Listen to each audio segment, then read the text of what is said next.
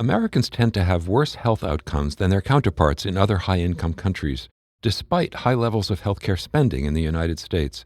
Variations in social supports and social programs have been suggested as one reason for this disparity, but in fact, social spending as a percentage of GDP doesn't differ very much between the United States and peer countries. I'm Stephen Morrissey, managing editor of the New England Journal of Medicine, and I'm talking with Roosa Tikkanen, a research associate in the International Program in Health Policy and Practice Innovations at the Commonwealth Fund. Ms. Tikkanen has co-authored a perspective article about patterns in social spending and population health. Ms. Tikkanen, what exactly do you mean by social spending? What's included under that umbrella? So social spending refers to an umbrella of social policy areas. The OECD includes things like family benefits, unemployment benefits, housing support, retirement supports in this definition. So we wanted to look at the categories that are defined by the OECD. There's 8 in total in our analysis, and they target various areas throughout the lifespan. So in our analysis, we wanted to focus on those that target early life factors, those targeting working age adults, and those targeting older adults. And how strong is the evidence that higher levels of social spending are associated with improved population health? So before we embarked on this analysis, previous research had suggested that the U.S. spends relatively less on social supports than other high-income countries. And in fact, if you looked at the ratio between healthcare spending and social spending, the U.S. spends relatively less on social supports relative to healthcare spending. And this is, of course, partly because we have the most expensive healthcare system in the world. But more recently, this narrative has started to change somewhat, and recent evidence actually suggests that our spending patterns is around average if you compare it to other high-income countries. So this left us with the question, if social spending in the U.S. is similar to other countries, but we continue to have worse health outcomes, might there be differences in the patterns in terms of spending? And we know that previous studies that have looked at the relationship between these various categories of social spending and health outcomes is a very mixed bag, but we know from a population health perspective that the more you invest in early childhood factors, the greater return on investment you will gain in terms of health benefits later in life. So, for example, if you look at the Head Start program in the United States, so essentially early childhood education, we find that a greater investment in early childhood education results in not only greater health outcomes later in life, but also reduced involvement with the criminal justice system, as well as lower welfare service use. So that suggests that this is an ounce of prevention is a pound worth of cure kind of situation.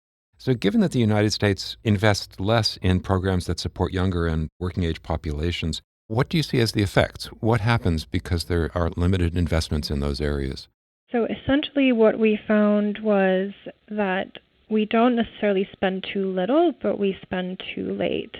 So this means that if we're not spending enough on early childhood factors and working age support, we are essentially risking perpetuating negative health effects that start early in life and may potentially accumulate across the lifespan. And we see this as well if you look at poverty rates across different age groups. So we find that in the U.S., poverty rates for across childhood are about double compared to other high-income countries. For working age adults, around 15% of working age adults are in poverty as opposed to 10% in other high-income countries. So essentially we have a negative cycle of intergenerational poverty, and if we don't address social factors early in life, we are essentially perpetuating intergenerational poverty and the negative effects that that can have on health outcomes. Looking at the converse, did you find any benefit from the fact that the United States is investing more in programs for older populations? Do older people in the United States do better in terms of health outcomes than peer countries? Well, we know from Commonwealth Fund studies of older adults in the U.S. compared to other countries that that is not the case. We find that health outcomes are relatively worse if you look at the number of chronic conditions, for example, that older adults have. So that suggests that even though we spend relatively more on older age benefits, they may be too late to reverse the negative health impact of early life disadvantage. And again, I'm going to reiterate the point that if you look at poverty rates in older age, We do find that they are around double compared to what other high-income countries have, so around 21% of the U.S. older population lives in poverty as opposed to 12% in the average high-income country. So that suggests that even though we spend more on a per-person level on old age supports, we're potentially not distributing those to the people that need them the most, i.e. we're not targeting them in a way as to reduce the negative impacts of early life disadvantage.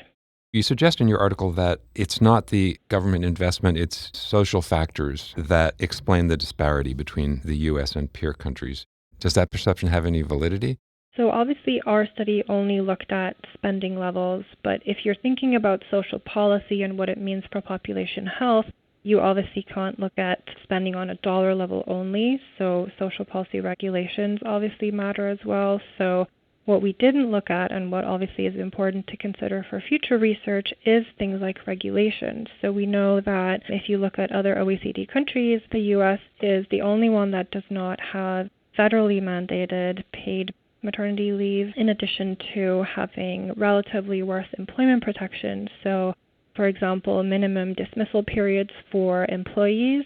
U.S. and Mexico are actually the only two OECD countries that don't have those. In other countries, they range anything from between a month to 2 months up to 6 months, and even more than that, depending on your tenure and your position. And obviously in the U.S., the relative lack of employment regulations can have a compounding effect on health outcomes because obviously, as you know, more than half of Americans, or roughly half of Americans, have their health insurance through their employer. So the effects of job loss have a cumulative effect on health because you're essentially losing your health insurance as well, not just for yourself, but potentially for your family as well. So just to reiterate, spending is not the only thing that matters, and policy also matters.